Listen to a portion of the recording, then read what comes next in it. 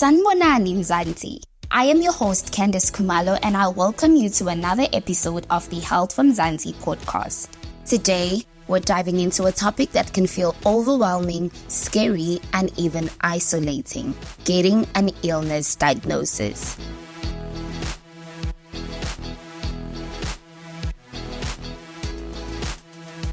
Whether it's a chronic condition, a temporary cough, or something you weren't expecting, that word from the doctor can turn your world upside down. But here's the thing, you are not alone. Millions of people around the world navigate life with an illness, and in this podcast episode, we'll be chatting to Dr. Faith Mahlangu, a medical doctor working in a designated psychiatric facility who will advise on how to deal with an illness diagnosis. Candice, thank you so much for having me. I'm so honored to be part of the podcast. I really find so much value in having conversations around mental health and wellness. It's something that I love.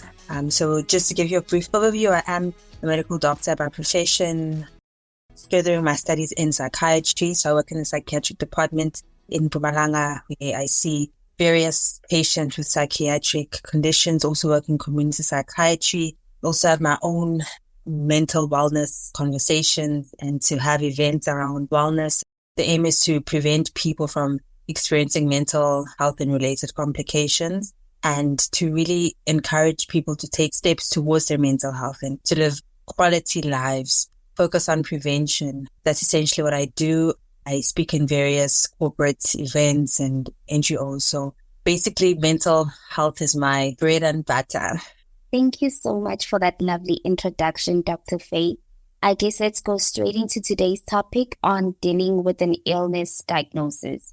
So, Dr. Faith, what are some common emotional reactions people experience when they receive an illness diagnosis? It varies. People perceive illness based on their perception of how it's going to impact their lives, how it's going to impact their relationships, how it's going to impact them in general, how much medication they're going to have to take. All of that is going to impact how they perceive it.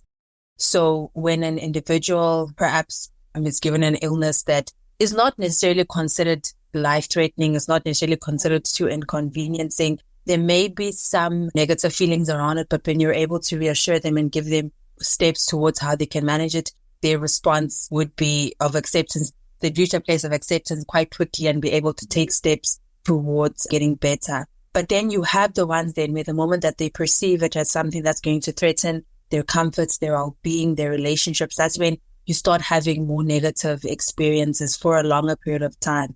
So if you'd find things like denial, so a lot of people struggle with accepting. So the moment you give them a diagnosis, they struggle with denial, and then you'd hear things like they want to go and get a second opinion, which everyone has the right to have, because they struggle to accept others. Then attributed, they decide to practice their beliefs, so they go towards their spiritual aspect.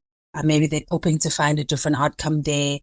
Others go in alternative medicine. So denial is a huge one. You have fear. So the moment people hear something, they hear a title, they hear a term, they get immediately scared because they jump to the worst case scenario.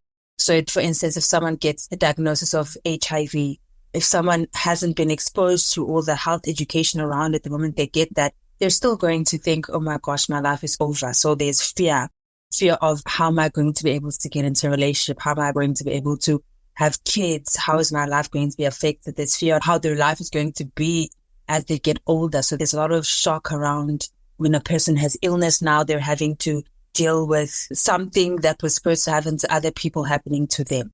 A lot of times we see people being sick and you think that it's everyone else, but it can't be me. And then it is you. So there's the shock. There's anxiety around it. A lot of questions that take place. I won't go through every emotion, but I think those are the ones that usually stand out the most. Dr. Faith, so how would you say a diagnosis of a physical illness can lead to impacting someone's mental health? Remembering again that the diagnosis, it can be a physical illness that may not necessarily lead to significant impairment. So a person may have an illness and then it's managed and then it won't necessarily impact their functioning. Then you get those types of physical illnesses which can then start having an impact on their functioning. And then you have the ones where, for instance, a patient is struggling with a pain syndrome. You can find that the moment they wake up, they're in pain, their days are full of pain, people who struggle with headaches, all of those things, that can now start having an impact on their ability to function, socially, the ability to function in terms of their workplace. And then when you start having those negative impacts, that can have an impact on their own health. Remember that a physical illness can impact things like being able to sleep. So then the moment you start having sleep deprivation, you can then start having mental health and related complications, but also just not being able to get quality sleep. Quality sleep is going to affect your activity the next day. And then you may find that your workplace is affected. So that's going to affect that as well. And then also, just like I said, struggling to accept. So when people are diagnosed with a physical illness, there may then start being those questions of why me? What is going to happen to me? What is going to happen to my family? Whenever you start finding that you have a symptom, you think that it's now a complication of this physical illness. You may start seeing things like anxiety and related disorders. You may find we have adjustment disorders. So an adjustment disorder is where you have depressive symptoms, anxiety-like symptoms in relation to a stress, and a diagnosis of an illness can be that. You can find that people start having obsessive disorders. So they become more obsessed around the symptoms and stuff like that because of that diagnosis. So you can have a lot of mental related illnesses in relation to that physical diagnosis. And then another one that I want to mention is substances. So you may actually find that people develop substance use disorders because of a physical illness diagnosis. So for people who, for instance, have pain, they're given medication to help with the pain, and then they start developing an addiction to either a benzo or an opioid. So that can also be a complication of being diagnosed with a physical illness. So it's important to be aware of that, and for the patient themselves, be aware of that, and also for the treating clinician to know that they can also cause an use disorder because of that. Another important one is depression. So a lot of people struggle with depression, especially those major diagnoses. So if people have your fibromyalgia, people who have HIV, they struggle with depressive symptoms in relation, struggling to deal with the consequences of the illness. So in the initial stages after receiving a diagnosis, what are some healthy and effective coping mechanisms or strategies that individuals can employ?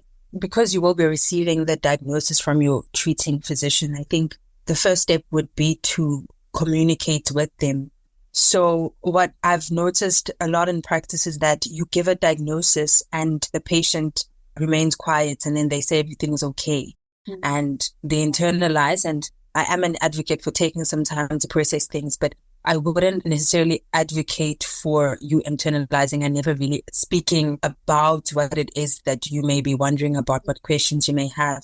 Because you can find that you leave and you don't really have answers, and then you're going to start looking at the incorrect sources, which could only add to your anxiety. So I would really encourage that you ask questions, ask as much as you need to, get as much clarity as you need to, and express your anxieties, express your feelings to your treating clinician. I am aware that not every clinician is equipped or is available to address that. And that's where then I would advocate that you either go to a spiritual leader, someone that you trust, if that is something that you depend on. I would advocate you seeking maybe therapy, going to a counselor, seeking a therapist, seeking the support groups, really surrounding yourself with a support structure as opposed to isolating, because that can also be something that can aggravate your feelings. I also advocate for the mental health coping strategy in general is journaling. So having a space where you process those emotions, because keeping them cooped up makes them brew, and eventually they're going to manifest in one way or another through your body. So I would definitely advocate for journaling. And even if not journaling, then finding a way that is healthy, be it exercise, be it running, various things. People enjoy art. Having an outlet for you to be able to process those complex emotions. But I think primarily upon receiving the diagnosis, get yourself a support structure, get yourself talking, get your questions answered. You're going to have a lot of questions, you're going to have a lot of anxieties. When your physician prescribes you medication, ask about that medication. If you're concerned about side effects, ask about that. I think the safest thing you can do is to receive the information from your physician as opposed to from Google and from other people outside who don't have the expertise. I believe this journey may be even more difficult for those who may be dealing with a terminal illness. So how can they approach difficult conversations with loved ones and maintain a positive outlook? I need to acknowledge that it's not always easy to have the conversation with loved ones. And I think my first thing would be to not necessarily rush that conversation, because there's your diagnosis and you're still needing to process that diagnosis. So allow yourself that space. Don't rush yourself into that if you're not ready, especially if you have that terminal illness. Hence, I'm saying that receive the support from your clinician. If you're struggling with that, speak to your clinician so they can give you a good supportive mental health practitioners who can help to prepare you with that. Because the reality is that loved ones are also going to have their emotion that they still need to process. And that may also cause a lot of anxiety for you as the patient. So if you're not at a point where you're ready to have that conversation, take it up with your treating physician and let's establish a good support network for you so that when you're having that conversation, you can have support should it become really difficult for you. And then for the ones who do have loved ones that are supportive, I think just being able to recognize that there is a mourning process that is going to take place for you, because you're going to mourn your health, you're mourning the person that you thought that you would be before getting the diagnosis, and you're going to mourn the impact that it's going to have on your relationships, on everything. So there's going to be that, but also recognize that there's going to be mourning that takes place in your loved ones as well, and being prepared for that.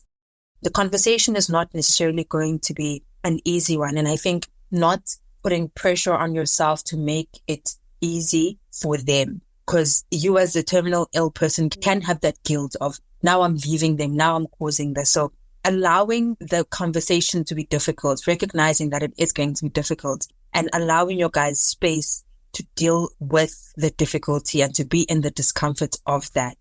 The best thing that loved ones can do when in the situation is to communicate. The best thing that can happen in a relationship is that their healthy levels of communication are maintained even in difficult situations. You wouldn't want to find that there's alienation and there's isolation and there's resentment and everything that takes place as a result of this. Because more than anything, the family unit or the friends or whatever, you need each other in this difficult period. So I'd say to try to communicate. And if that's difficult, because it may be, then get an additional person to come in to mediate and to help you work through it. There's no shame in going for therapy as a family, as a couple, if that's the case.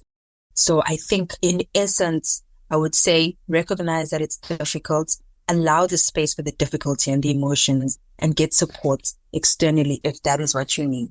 I know you've touched on it, but just building up on what you've mentioned and advised on, just in closing, what words of advice can you offer to someone out there who's struggling with accepting an illness diagnosis? Firstly, your feelings and your experience are valid. Don't try to think yourself out of the difficulty that you're having. The fact that you're having difficulty is a symptom that you're needing something, be it support, be it more understanding, and also be it time. Your feelings are valid, but in your feelings being valid, don't sit on it, because that's going to compromise your health, it's going to compromise your mental health, and it's going to compromise your ability to start taking steps towards managing the illness. So I would say then seek support. There are support groups out there. There are NGOs, there are counselors, there are therapists, there are mental health practitioners, and there is no shame in seeking that support. You'll find that it's so much more bearable when you have people around you who know what you've been through or are also going through something similar, because then you feel as though you have a level of, you've got people who are carrying the burden with you. So I would really say get support, ask the question that you need to ask, but don't allow yourself to be isolated by it. Don't allow yourself to drown in depression and anxiety as a result of that. Mental health care services are out there, and seek them. That would do you really good to find yourself a good support structure to help you carry the diagnosis. Thank you for joining this week's episode of the Health from Zanzi podcast. To find out more about being the healthiest version of yourself, visit healthfromzansi.co.za, or you can send us an email to hello@healthfromzansi.co.za. This is the Health from Zanzi podcast, and your ears are always invited.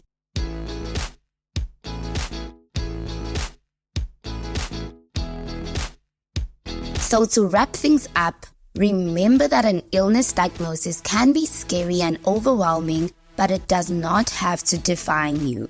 By taking charge of your health, educating yourself about your illness, and building a strong support system, you can navigate this journey with strength and resilience.